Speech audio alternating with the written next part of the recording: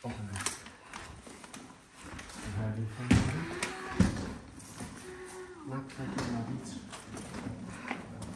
the light. Where's the bathroom? Oh, the bathroom's over there. Okay.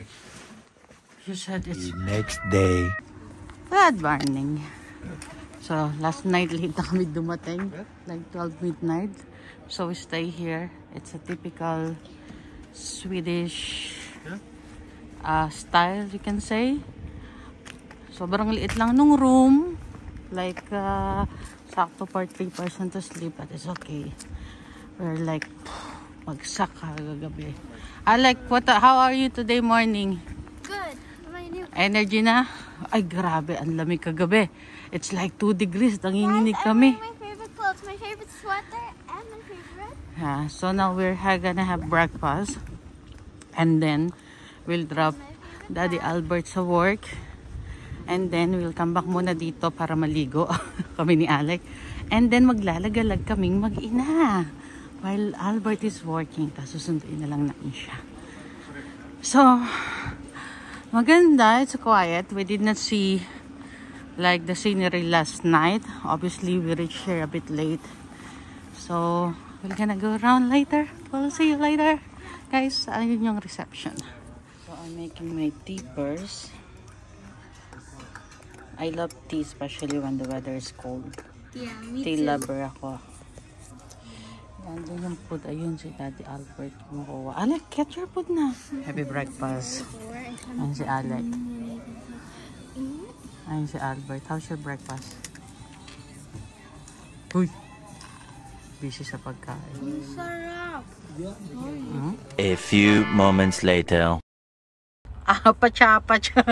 Hey guys, hindi pa. Salita ako ng salita. Hindi pala naka-on yung video namin. Sana all on. Like, hi ka muna, Lek. Hi. Fresh ba? Ka nakapahinga? Grabe, late na kami nakadating kagabi.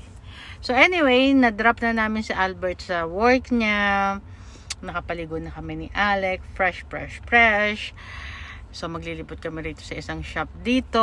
Malapit lang. Kapal, Elamush, Cakes, Ufe, System Bolgen, Pheromode, Sushi, Linklin, Nuyet. That's a lot of shops. Ayun nga, hindi kami pwedeng lumayo. Meron actually akong isang gustong puntahan, pero parang 1 hour and 10 minutes drive siya. Hindi kami aabot. Malapit na matapos ng work si Daddy Albert. So, dito na lang kami malapit pumunta sa malapit. Ano daw? 11 minutes drive. Anyway, kasi nga itong bata gusto magpunta ng shop. Pinangako namin sa kanya yon. So, yan. Libot muna kami. Let's see what they have here in nakalimutan ko yung pangalan. Betlanda ba? Galerian! No, yung pangalan ng place. I forgot where we are. Which part of Sweden. But anyway guys, later na lang. A few moments later.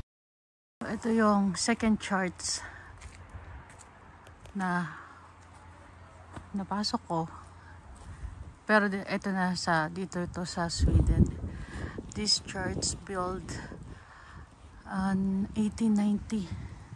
Ganda niya. Then katabi of course cemetery. May isang nakalabing doon. I think he's famous. So, second time kong makapasok ulit sa simbahan. I mean, every time when we travel, normally, the first thing that I want to see is simbahan para makakapasok ako at alam nyo na, dasal. Pero pumapasok kasi ako sa simbahan pag walang misa. This time, medyo okay naman. Yung paligid niya pala na cemetery, no? Okay naman.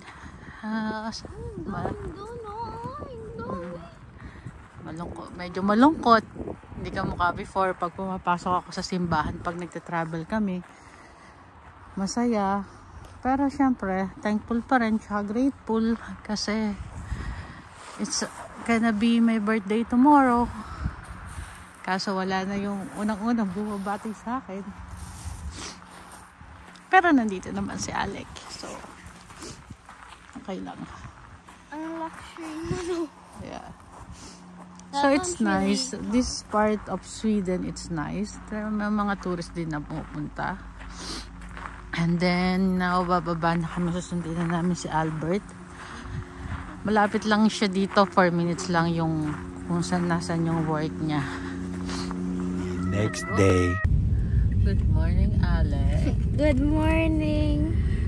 How's your sleep last night? Not good because it's so hot and my pants keep on going up and then I need to put them down again and then my long sleeve need to put down again and then oh my god. Sabi sinabi. So yeah, it's raining so hard today here in Sweden. And which city we're going? Jönköping. Jönköping. So today Albert doesn't have work, so we have time to go around in the country. Like we're gonna go to different city. Yeah, it's been nice, but it's rainy so much. So yeah, I hope that we can see something. So some of the things na. And yeah, how's the hotel, Alec? The one we're staying? Good. Yeah, it's good. By the way, here in Sweden, I don't know it's in all the hotels, no idea because we stay only in one hotel so far. Our stay is included breakfast, but guess what? The breakfast here, after you eat food, you have to clean it by yourself. So you have to take the plate, what you call that? It's not kitchen. Yeah, it's like a galley. It's like a kitchen. It's like a thing, like yung maduming mga plato. So pag kumain ka, nobody will clean up your plate or whatsoever. You have to clean it by yourself. I don't know. It's the standard here in Sweden. No idea. And they have also different currency here. It's called Swedish krona, Han? Yeah. So Swedish krona. So it's almost like also 1 Swedish krona is almost like €1, right? No. How much again? I I forgot. think you have to divide by 2. Yeah, something like that. Anyway, price, everything almost the same in the Netherlands. Expensive. And yes, so we'll check different city today. And I'll like to say later, guys. Ay, later guys. A few moments later. So, ito yung isang church na pinuntahan namin dito sa Jönköping. And I'll try to go inside. So we're done in the church. Malaki tong simbahan na to. Now the city, mag-iikot-ikot kami.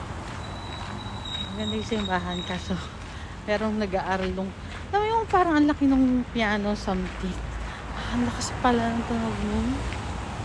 Anyway, kukunin muna namin yung payong kasi labig. Restart ng umulan. So yeah, it's more colder here than Netherlands.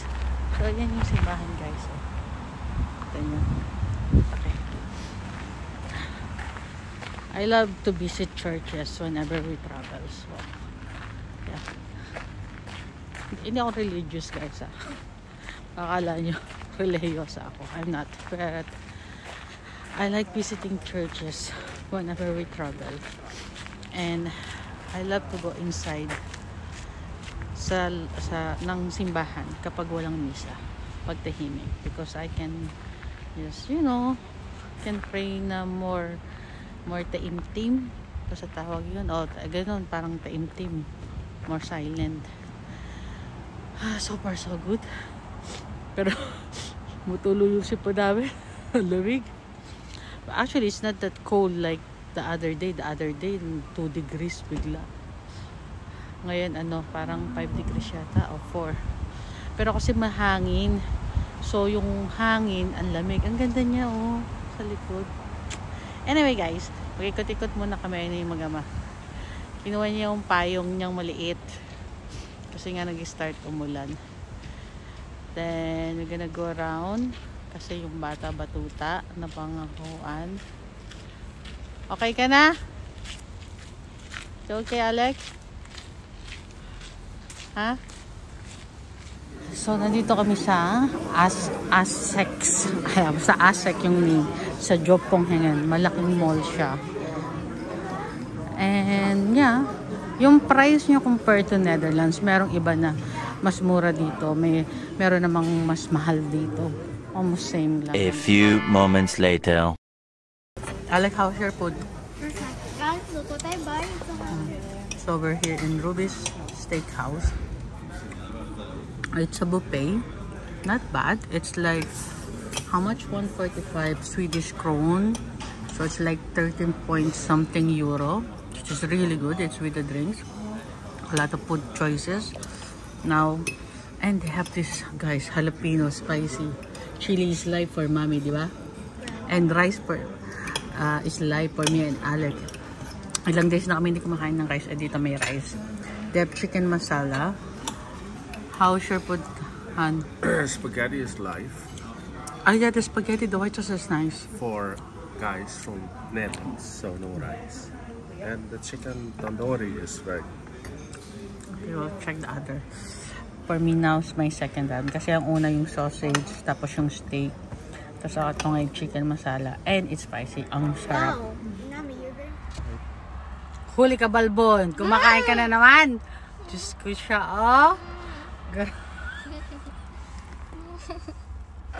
Kumakain na naman yung Because bata. my hamster likes Oreos. So we finished the... Here, we're going to a different city now. Still early. It's 1 hour and 4 minutes. Yeah. And we got that food. It's worth it. It's worth it, Han, no? It's like in the Philippines when you go to buffet. And, by the way, dito rin, second ano namin, actually lahat ng kinainan namin. Alam mo yung pagkakain mo, ikaw yung liligpit talaga, guys. They don't have this waiter or waitress na magsaserve, maglilinis ng pinagkainan mo. No. You have to clean it by yourself. But, it's the cheapest buffet, I think, we ate in Europe. Kasi, it's around, how much yan? 13 ba? Let's say na around 14 euro. And it's so many, how you call it? Choices of food. Nagustuhan namin yung chicken masala. Parang may Indian food din. Sarap. Diba, Lek? Tapos may ice cream. Pero itong bata, lumalantak na naman. Gutom na naman. Grabe. Kasi gano'n naman eh. Pag I malamig. bring Oreos then. Kasi gano'n naman pag malamig. Mabilis kang magutom. Yeah. Anyway, so far so good. Mommy, Ano yan, bata? nothing. Now bear left She shows me, Mommy. now into the roundabout and take the first Anyway. exit. Let's see, ano naman makikita namin dun sa ibang place ng Sweden. Naantok ako bigla. Guys, this is the cutest hamster I've got.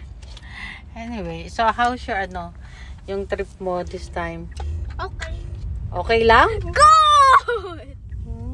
Grabe siya. A few moments later. Video ko daw siya. Okay. Mommy, I'm gonna give you your gift. Okay. Here you go. Thank you.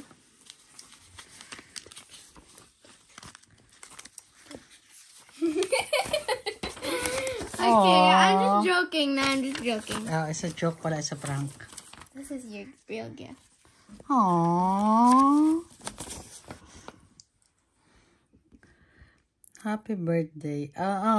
It's so cute, anak. I love it. I love you more. Ikaw nagpapasaya kay mami, you know that? So sad. Hi, guys.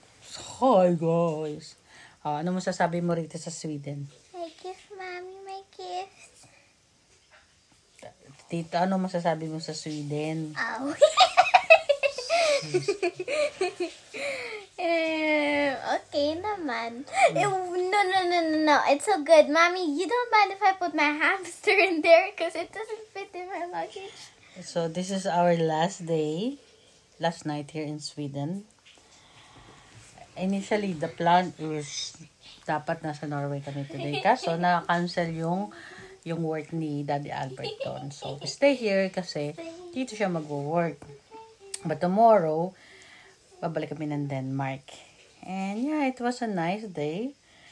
It's a nice birthday. Yeah, Of very course, nice. kasama ko tong bata batutang makulit. I'm beyond grateful actually. Although, part of my heart is broken. And there's the pain, grief, loss, of course. It's first time na nag-birthday ako na wala yung mama ko. So, it's a bit emotional. But yeah, I have to be strong. Syempre yan. And happy naman ako kasi I'm gonna show my butt. this is the 9th birthday. 9th birthday kasi nung pinanganak ko siya 2017. So, it's my 9th birthday na kasama ko itong love na love kong si Alec ko.